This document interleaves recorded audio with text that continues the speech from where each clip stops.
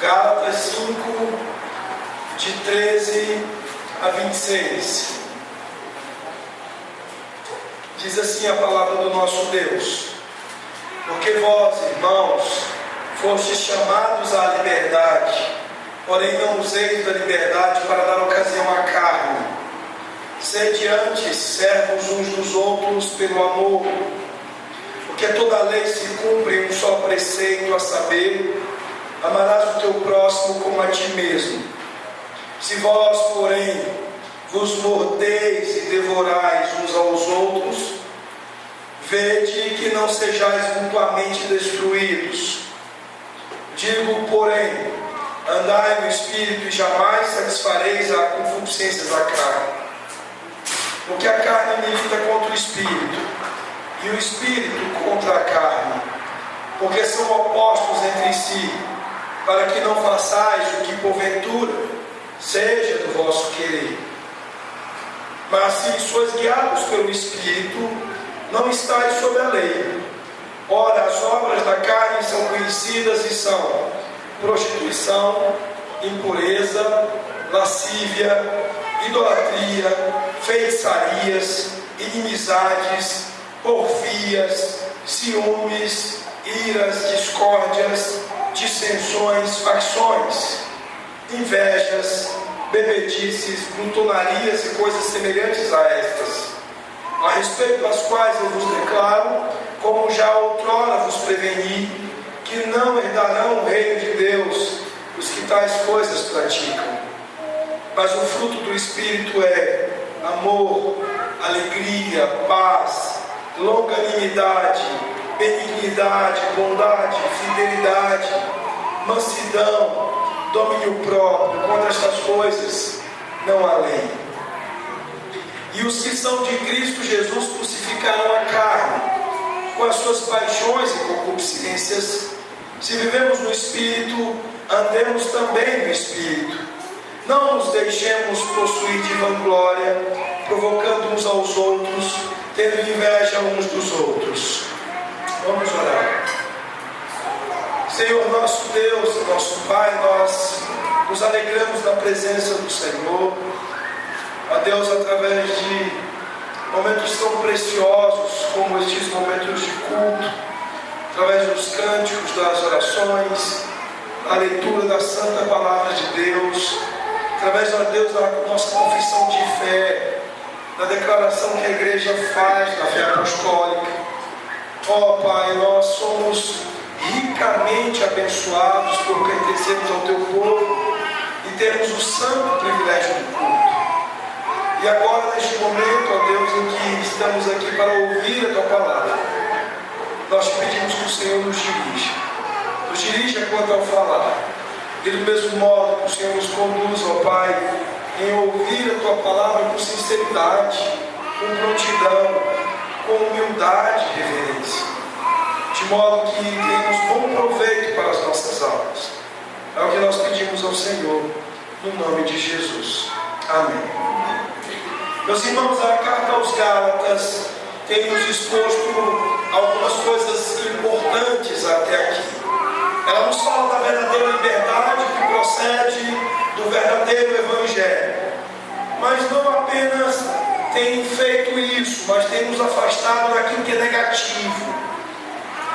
Como eu já falei em outras ocasiões, é muito importante no cristianismo você não apenas pontuar aquilo que é positivo, expor a verdade, mas também deixar muito claro o erro, expor com clareza aquilo que é contrário a esta mesma palavra, esta mesma verdade. E Paulo se ocupa isso com muita frequência.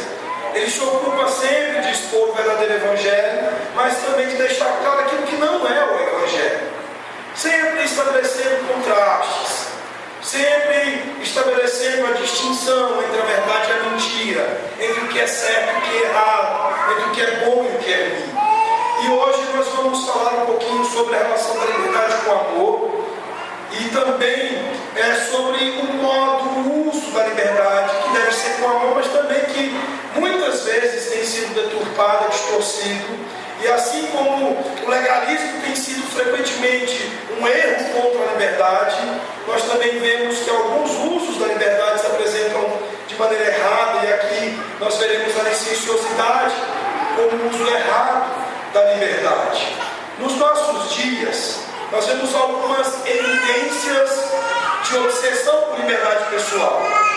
Quando nós começamos esta nova série, nós falamos sobre o conceito de liberdade, nós falamos sobre o modo como a palavra de Deus conceitua a liberdade, e nós falamos como o mundo muitas vezes tem definido a liberdade, de muitas formas, mas numa delas é aquela ideia de que a liberdade é eu ser livre para fazer o que eu quero. E no nosso mundo, na nossa cultura, na nossa sociedade, esse é o conceito prevalecente de liberdade. É poder fazer o que eu quero. E há uma grande obsessão por isso. Eu coloquei aí 3 capas de filmes que expõem esse conceito de liberdade pessoal, de poder fazer o que eu quero, onde a ênfase principal é a liberdade relacionada a relacionamentos sem compromissos. Você tem o filme Passe Livre, que é um filme com o Owen Wilson, onde os homens fazem de algumas jogadinhas mentais com suas esposas e conseguem delas passe livre, ou seja, liberdade para fazer o que eles querem. Nós temos um outro filme aí do George Clooney, Amor Sem Escalas, um homem que viaja bastante e nessas passagens pelo aeroporto ele conhece uma mulher, que, fazendo aqui um spoiler para quem não assistiu ainda o filme, no final das contas se revela como uma mulher casada, que tinha nele apenas um relacionamento sem compromisso. E também um filme baseado em fatos reais, um filme que fala de um homem que sai, abandona seus pais, sua família, para um jovem homem, para poder empreender uma andança maluca e livre pelos Estados Unidos, explorando muitos aspectos da natureza belíssima que existe ali, mas com o pano de fundo principal sendo a glória desta liberdade pessoal. No fim das contas, morre sozinho, dentro de seu trailer ou home, num local totalmente isolado. Seu corpo, seu cadáver é encontrado algum tempo depois. Outras evidências de obsessão pela liberdade pessoal, nós encontramos um desejo de casamento sem filhos. A revista Veja, de junho de 2008, trouxe uma matéria sobre os dinkies, que são chamados low income, no kids, ou seja, aqueles que querem casar, mas nada de filhos, nada de crianças. Justamente porque a ideia é de que os filhos privam a nossa liberdade. Esse negócio de filho, eu até quero uma esposa, mas filho vai acabar, vai arruinar com a minha liberdade. Outra evidência da obsessão pela liberdade pessoal é algo que já se consolidou, que virou um movimento e agora já é praticamente um senso comum na sociedade, que é o feminismo. As mulheres que são feministas, muitas vezes mesmo inconscientemente, por isso que a igreja trabalha tão fortemente a exposição bíblica do desenho de Deus para a humanidade, para tentar fazê-las voltar ao modo como o Criador as desenhou, porque a sociedade já as refez de uma outra forma.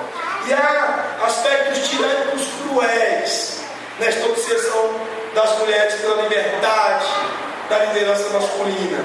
E Arnaldo Jabor escreveu algumas palavras interessantes sobre isso. Ele diz: vejam que no Brasil o feminismo se vulgarizou numa liberdade de objetos, produziu mulheres livres como coisas, livres como produtos perfeitos para o prazer.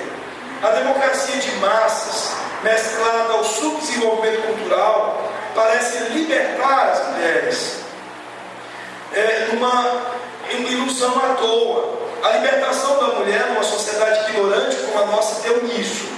Super objetos se pensando livres, mas aprisionadas numa exterioridade corporal que apenas esconde pobres meninas famintas de amor e dinheiro. A liberdade de mercado produziu um estranho e falso mercado da liberdade. Quando nós vemos, por exemplo, a propaganda do funk, há uma ideia muito carregada ali de liberdade pessoal. mas o que nós vemos são pessoas aprisionadas, escravizadas a esta forma de abjeta, de redução do ser humano a um objeto, a um corpo, ao afastamento completo do Criador. E isso bem observou aqui Arnaldo Jabor.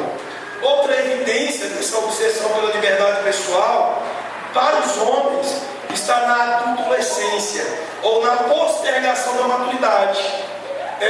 Hoje, um rapaz de 18 anos estabelecido profissionalmente, trabalhador e já pensando em casar, para a sociedade é um maluco, é um louco. Por quê? Porque o jovem livre é aquele que hoje fica até os 35 anos na casa dos pais, com o quarto todo equipado, com telas retráteis, para jogar videogame, para andar com os brothers. Então esse fenômeno cultural tem arruinado com a masculinidade. E o que Gilson Aguiar, um jornalista, ele diz sobre isso? E vejam que são situações de pessoas não crentes aqui. Ao assumir a imagem de um adolescente, muitos homens que têm uma identidade adulta fogem de enfrentar seus problemas e de se responsabilizar e educar a geração de adolescentes que, necessitando de uma orientação em modelo, tem que conviver com um adulto que se nega a crescer, o adolescente. Fico envergonhado em ter que admitir que parte da minha geração, a dos quarentões, não conseguiu produzir sua própria maturidade e reedita valores de gerações que a antecederam ou tentam reproduzir a adolescência contemporânea. O próprio conceito de adolescência é uma ficção inventada pela psicologia. Nós não encontraremos na Escritura, na palavra de Deus, tal conceito. Na Bíblia não existe a figura do adolescente, mas a sociedade criou nestas fixas obsessões que nós encontramos pela liberdade pessoal. Não, ele precisa ser livre. Que grande prisão e que terrível prisão é jogar um jovem de 20 anos dentro de casamento e de filhos. A carta aos Gálatas vai nos ajudar com relação a essa maneira ruim de se lidar com a ideia de liberdade, dessa maneira pecaminosa de se lidar com a liberdade. A carta aos Gálatas, ela diz que em Cristo nós somos livres, mas ela não diz que essa liberdade é qualquer liberdade. Não é liberdade ilimitada, não é poder fazer o que eu quero. Muitos crentes hedonistas dos nossos dias, esse evangelicalismo da prosperidade, esse evangelicalismo, um falso evangelho, tem incutido na mente das pessoas um Deus utilitário, um Deus que apenas serve-se com o seu poder para alimentar esse desejo que as pessoas têm de uma liberdade pessoal ilimitada. A grande verdade é que nós não podemos viver de qualquer jeito. A grande verdade é que nós não podemos fazer tudo que o coração mandar. E há muito tempo o povo de Deus vem sendo divertido disso. Há muito tempo o povo de Deus vem sendo insistentemente conduzido ou reconduzido à vontade do Senhor contra esse desejo militante de fazer a própria vontade. Historicamente, o povo de Deus tem sido chamado a entender que não pode fazer tudo que o coração manda, especialmente porque esse coração não é confiável, porque ele é enganoso mais do que todas as coisas. E Paulo aqui nos instrui que a verdadeira liberdade não é licenciosidade, a verdadeira liberdade é guiada pelo amor, e é isso que nós aprendemos aqui. O verso 13, ele diz: porque vós, irmãos, fostes chamados à liberdade, porém não useis da liberdade para dar ocasião à carne. Sede antes servos uns dos outros pelo amor. É isso que orienta a liberdade de vocês. E aqui está a primeira coisa que aprendemos nesse texto. A verdade de que a liberdade que muitas vezes desejamos não é liberdade, é prisão. É isso que o versículo 13 está nos chamando. Muitas vezes o que nós julgamos ser a liberdade é dar ocasião à carne e voltar às grades, e voltar à prisão. O perigo de cedermos a uma cultura obcecada pela liberdade pessoal é o perigo de voltarmos ao cárcere, de retornarmos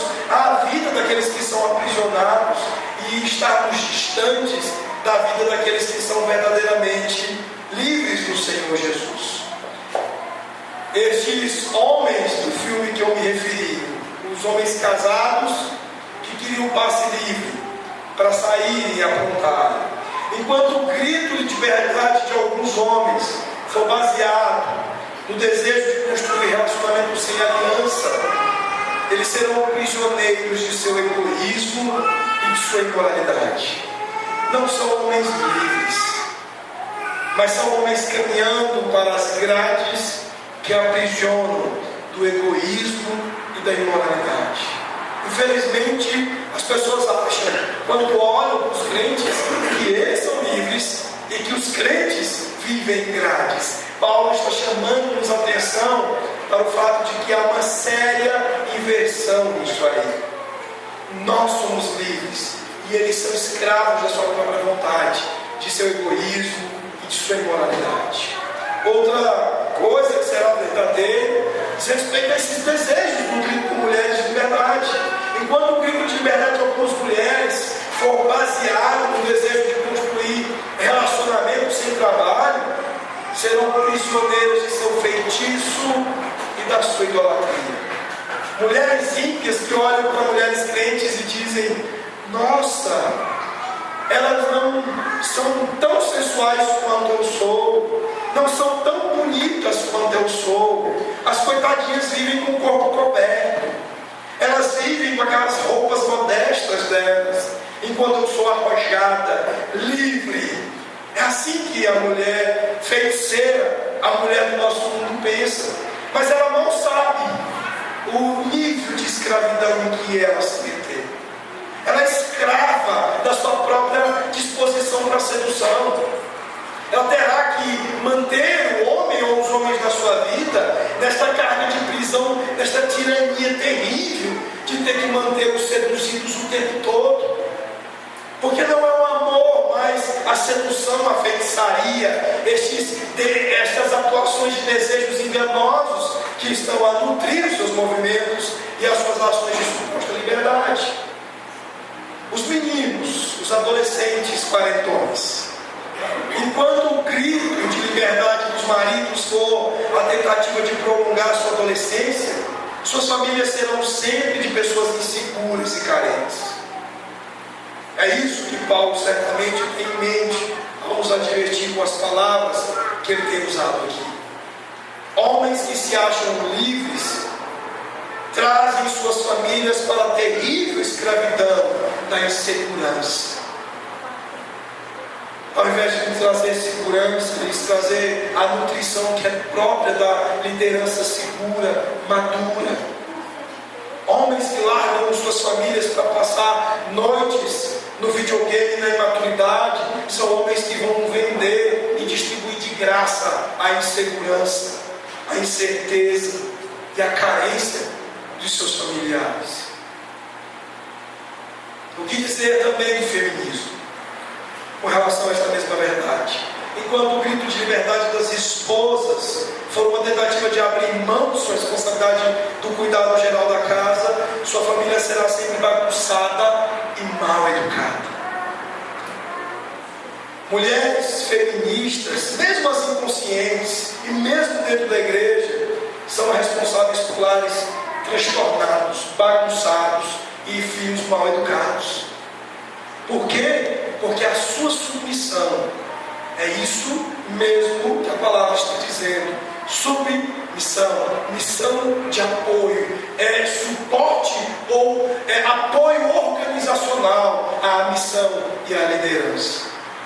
Falhando, não há liderança que subsista, não há homem piedoso que conseguirá manter uma casa organizada e trazer crianças bem educadas, como de reinar o feminismo, mesmo que inconsciente. A segunda coisa que Paulo nos ensina aqui está nos versos 14 e 15. Ele diz: se vós, porém, vos mordeis e devorais uns aos outros, vede que não sejais mutuamente destruídos. A falsa liberdade não edifica, e certamente não edifica, e certamente destrói. Ela traz apenas destruição. Olha as palavras usadas por Paulo aqui: mordeis e devorais uns aos outros. Me faz lembrar mais uma vez dos errantes lá de The Walking Dead. Impressionante, aquele corpo morto, conduzido por aquele vírus que move e pulsa o corpo, o cadáver. A única coisa que sabe fazer é morder e devorar quando consegue aprisionar a sua presa. É isso que faz a falsa liberdade. Pessoas que se sentem livres na liberdade que não é a de Cristo, mordem e devoram, trazem destruição e serão incapazes de edificar os ambientes onde estiver. Paulo continua nos trazendo a verdade de que a verdadeira liberdade não produz discórdia. Ou seja, se o negativo é verdadeiro, o positivo também é verdadeiro. Se essa é uma característica da falsa liberdade, então certamente não pode ser uma característica da verdadeira liberdade. A verdadeira liberdade jamais pode se construir, jamais poderá se apresentar, se mostrar produzindo discórdia, trazendo mordidas e devoração. Liberdade guiada pelo amor é muito diferente de liberdade baseada em mordidas e onde se devora-se uns aos outros. É isso que Paulo está dizendo aqui. Esta liberdade guiada pelo amor é uma liberdade que deseja servir. É uma liberdade que é humilde, carregada de humildade. Lembrando, por exemplo, das palavras de Davi, quando ele fala e quando ele ensina-nos a respeito do fato de que, com uma disposição de humildade e reverência do Senhor, ele não desejava grandes coisas para si mesmo. Quem serve deve entender que serviço não é para nos trazer glória, serviço é para promover amor, não para trazer glória. Liberdade guiada pelo amor envolve compaixão, compadecimento uns pelos outros. A liberdade e a falsa liberdade do mundo, ela elimina, ela extingue a compaixão. E também a liberdade guiada pelo amor é cheia, é plena de misericórdia. Ela não dá ao outro o que o outro merecia receber. E Paulo continua, agora nos versos 19 a 21, dizendo que a verdadeira liberdade também não produz as obras da carne. Isso é lá da falsa liberdade. E obviamente que se é da falsa liberdade, jamais poderá estar presente na verdadeira liberdade. Ora, as obras da carne são conhecidas e são prostituição, impureza, lascívia, idolatria, feitiçarias, inimizades, porfias, ciúmes, iras, discórdias, dissensões, facções, invejas, bebedices, glutonarias e coisas semelhantes a estas. O rol é bem amplo, meus queridos. Paulo não fecha, Paulo não restringe, Paulo abre, colocando coisas semelhantes a estas, a respeito das quais eu vos declaro, como já outrora vos preveni, que não herdarão o reino de Deus os que tais coisas praticam. Por quê? Porque tais coisas são próprias dos que estão na prisão, retidos na escravidão, e não daqueles que estão livres em Cristo Jesus. E o resumo de que Paulo está falando aqui destas coisas é que todas estas coisas apontam na liberdade, na obsessão pela liberdade pessoal, pessoas que vivem para si. O idólatra, por exemplo. Uma coisa interessante da idolatria é que nós achamos muitas vezes que o idólatra ele tem uma obsessão e ele vive pelo ídolo dele. O que o prende ao ídolo dele é egocentrismo. No fim das contas, o que move as pessoas às suas idolatrias nada mais é o fato de que seus próprios ventres os dominam. Seu egoísmo e seu egocentrismo dominam. Então essas pessoas são pessoas que vivem para si mesmo. Uma das características comuns da imoralidade é o domínio da vida para si mesmo. Eu mereço, eu quero, eu preciso, eu vou fazer, eu tenho vontade. E o que a sociedade vai dizer para você? Ou o que a psicologia vai dizer para você? Ouça o seu coração. Faça o que o seu coração está mandando. E a palavra de Deus está dizendo não. Viva para Deus. Faça o que Deus quer. Porque seguir o ventre, seguir os desejos maus do seu coração, seguir as inclinações que fazem com que você queira fazer o que você quer, não é verdadeira liberdade.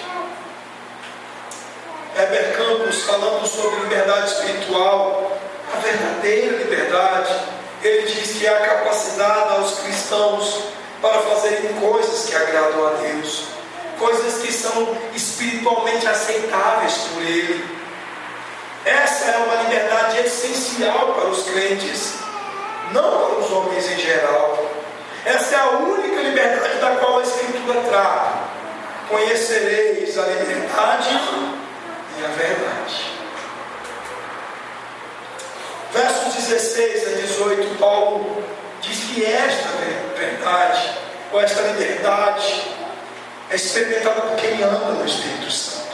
Vejam comigo os versículos. Ele diz: digo, porém, andar no Espírito, jamais satisfarei a concupiscência da carne. Porque a carne milita contra o Espírito, e o Espírito contra a carne, porque são opostos entre si, para que não façais o que porventura seja do vosso querer. Mas se sois guiados pelo Espírito, não estáis sob a lei. O que nós temos em mente com andar no Espírito? A palavra de Deus vai nos falar que é o Espírito quem capacita aquele que anda com Ele. Ele é a fonte, Ele é a origem das capacidades de fazer as coisas que são o fruto do caráter de Jesus. O Espírito nos foi dado, nos foi enviado pela própria Trindade Santa. O Pai e o Filho os enviam, a terceira pessoa da Trindade, para nos ser o agente das coisas da santificação, para nos ser o agente que aplica em nós, que capacita em nós a vida que é compatível com a nossa refeitura, como nova criatura, a imagem de Jesus. É Ele que nos fortalece. Quando nós nos enfraquecemos, quando nós fraquejamos, quando nós caímos, é o Espírito quem nos dá força novamente.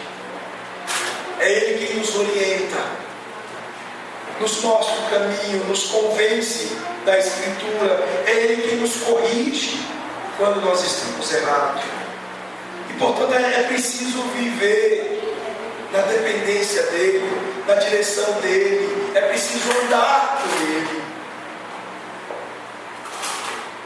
E Paulo diz ainda mais. Ele diz: olha, o Espírito não apenas dá aos que amam estas coisas, mas claramente Ele produz, Ele faz nascer, brotar na vida dos crentes coisas especialíssimas, que são as perfeições, as virtudes do próprio Deus, santificadas na carne através de Cristo, que se fez homem para, como homem próprio, com a mesma carne que nós temos, ser estas perfeições de Deus, para comunicar a nós através do Espírito, para produzir em nós através do Espírito o que? Amor, alegria, paz, longanimidade, benignidade, bondade, fidelidade, mansidão, domínio próprio. Contra estas coisas não há lei. E olha o que Paulo diz aqui: e os que são de Cristo, os que estão unidos a Ele, os que pertencem a Ele, crucificaram a carne, mataram, mortificaram a carne e o pecado com as suas paixões e concupiscências. Não são mais escravos dele, não querem mais fazer a vontade da carne, mas suas disposições agora são de fazer a vontade de Deus. Se vivemos no Espírito, andemos também no Espírito. Se somos crentes regenerados, se somos feitos novas criaturas, que andemos no Espírito. Há uma coisa interessante que depois o Carlos veio para cá e começou a usar muito C.S. Lewis e propôs para as nossas crianças as atividades no acadêmico com base em C.S. Lewis. Eu voltei à leitura dele, uma leitura antiga e muito especial, que é Cristianismo Puro e Simples. E eu terminei há poucos dias de fazer a leitura novamente desse livro. Os irmãos têm visto aqui eu utilizar alguns trechos dele. E ontem no acampamento eu usei um outro trecho onde C.S. Lewis ilustra a santificação. E ele diz assim que a proposta que a Trindade Santa está fazendo não é um programa de aperfeiçoamento. Aqui a proposta que é dada não é chegar em vocês e os aperfeiçoar. E aí ele usa a ilustração de cavalos, por exemplo. Não é pegar cavalos e treiná-los para pular melhor, para você depois poder dizer: nossa, como aquele cavalo foi treinado na última semana e agora pulando obstáculos e cercas muito melhor do que pulava antes. Não é disso que nós estamos falando. C.S. Lewis diz que a Trindade que ela faz não é apenas aperfeiçoar, é criar algo novo, é renovar completamente aquela vida para ser algo muito diferente, totalmente diferente. É como que, em se tratando de cavalos, agora criasse um novo tipo, uma nova espécie, uma nova raça de cavalos alados, que quando as asas começam a crescer, parecem até desengonçadas e estranhas.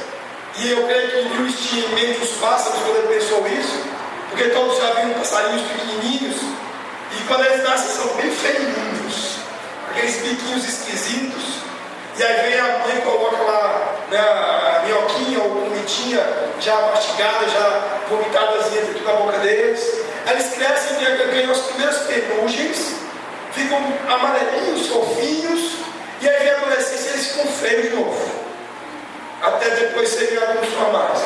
Com os crentes, eu imagino que cavalos alados seriam mais ou menos a mesma coisa. Começa uma coisa estranha, e aí depois até que aquelas asas se tornem grandes e cheias de penas e belas. É preciso andar bastante naquele que traz esta nova vitalidade ou esta nova vida, para poder voar e fazer coisas que só aqueles que estão em Deus serão capazes de fazer.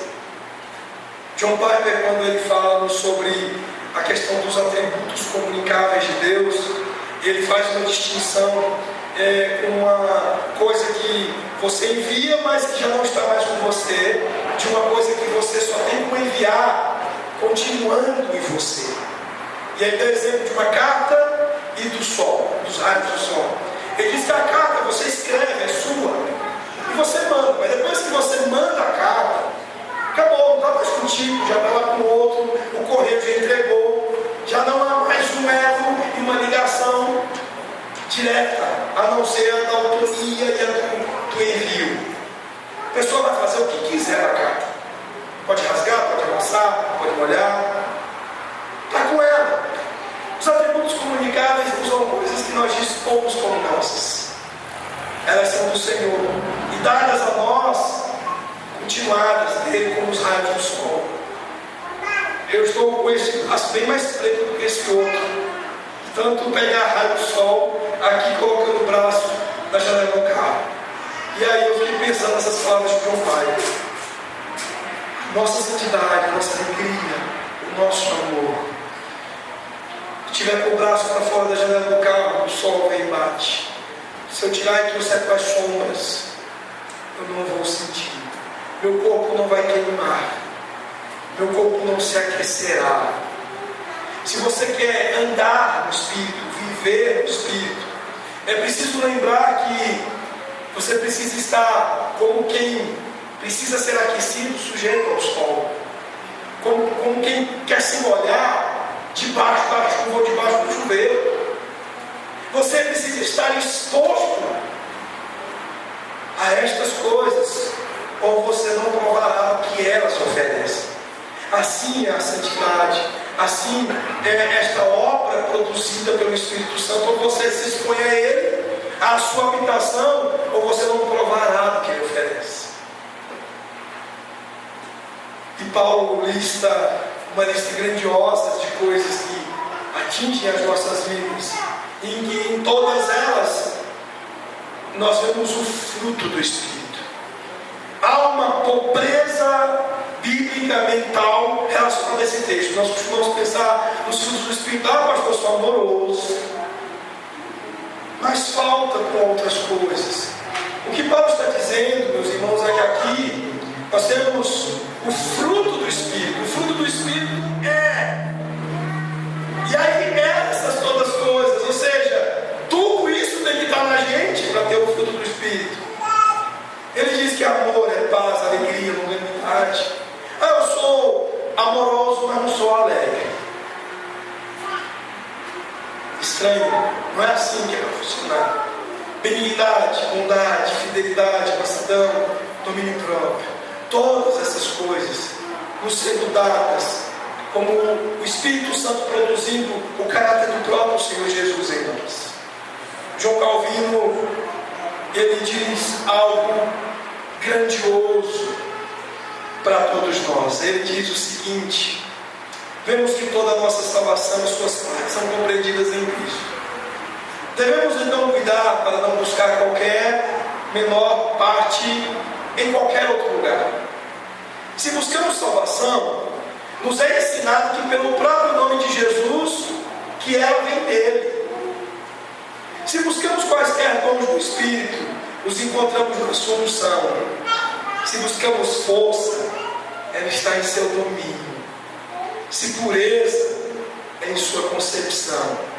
Se gentileza, ela aparece em seu nascimento. Se buscamos redenção, ela está em sua paixão. Se acerto de contas, na sua condenação. Se remissão da maldição, na sua cruz. Se satisfação, em seu sacrifício. Se purificação, em seu sangue. Se reconciliação, em sua descida ao inferno. Se mortificação da carne, em sua tumba. Se novidade de vida, em sua ressurreição. Se imortalidade, também. Se a herança do reino celeste, em sua entrada no céu. Se proteção, se segurança, se suprimento abundante de todas as bênçãos, em seu reino. Se expectativa sem temor do julgamento, no poder dado a ele para julgar. Enfim, como nele estejam tesouros de toda espécie de bens, vamos beber desta fonte e de nenhuma outra. Qual o resultado disso? O resultado disso é que liberdade, que é liberdade, nos traz coisas gloriosas. Liberdade, que é liberdade, nos faz viver vida, que é vida. Vejam, por exemplo, quando homens e mulheres são verdadeiramente livres em Cristo, eles superam o medo de sofrer e estabelecem alianças maduras, onde o mais importante é a felicidade do outro. Muito diferente de quem quer passe livre, não é? Isso é a verdadeira liberdade, que é a verdadeira vida. Quando homens e mulheres são verdadeiramente livres em Cristo, eles resistem aos constantes apelos da cultura ao seu redor, e eles mantêm seus vínculos de forma duradoura. Meus irmãos, vocês ainda desejam uma liberdade que significa fazer o que quer? É isso que vocês querem? Paulo está dizendo para vocês não desejarem isso, porque isso é escravidão. Você experimentou a verdadeira liberdade guiada pelo amor com o Espírito certo, onde é o amor e não o egoísmo, é o amor e não mordidas, é o serviço completamente despretensioso, que não deseja trocas e devoluções, mas apenas servir o amor do Senhor ao outro, que move aquilo que você faz em direção aos seus relacionamentos, ao seu cônjuge, aos seus filhos. Como os pais precisam amar e educar seus filhos sem utilitarismo, sem achar que os filhos terão que dar uma fazenda no Mato Grosso quando forem adultos, ou sem pensar que os filhos precisam pagar uma viagem para Paris quando estiverem adultos e trabalhando. Quais os frutos mais evidentes em sua vida? Os frutos da carne ou os frutos do Espírito Santo? Pense nessas coisas e que Deus os abençoe, para que vivam a liberdade, que é a liberdade, para terem a vida, que é a vida. Feche seus olhos e vamos orar.